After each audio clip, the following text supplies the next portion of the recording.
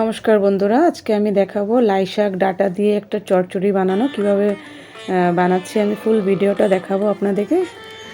ডাঁটাগুলো আমি টুকরা টুকরা করে কেটে নিয়েছি, তারপর একটা ফোড়ন দিয়ে ভালো করে পরিষ্কার করে ধুয়ে রেখে দিয়েছি। ফোড়ন একটা দিয়ে এটাতে তেজপাতা, শুকনা লঙ্কা, কালা জিরে দিয়ে আমি ডাঁটাগুলো দেখুন খুব সুন্দর করে ডাঁটাগুলো আমি কেটে ধুয়ে রেখেছি দিয়ে দিলাম ফোড়নে। তারপর আলু একটা এইভাবে কেটে নিয়েছি। তারপর এটাতে হলুদ নুন দিয়ে তারপর একটা পেস্ট বানিয়ে নিয়েছি শস্য দিয়ে, শস্য আদা লঙ্কা দিয়ে। তারপর খুব ভালো করে এটাকে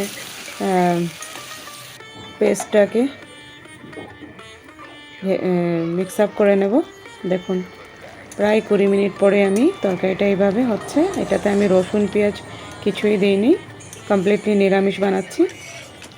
দেখুন ডাঁটাগুলো দিয়ে আমি একটা চচ্চড়ি বানাচ্ছি। কস্তুরি মেথি একটু দিয়ে দিয়েছি, তারপর একটু ধনেপাতা দিয়ে দিলাম। দেখুন কি যে দারুণ হয়েছে, দেখতে দারুণ লাগবে খেতেও। এইভাবে একটা চচ্চড়ি বানিয়ে নিয়েছি ডাঁটা দিয়ে। সবাই বলবেন কেমন।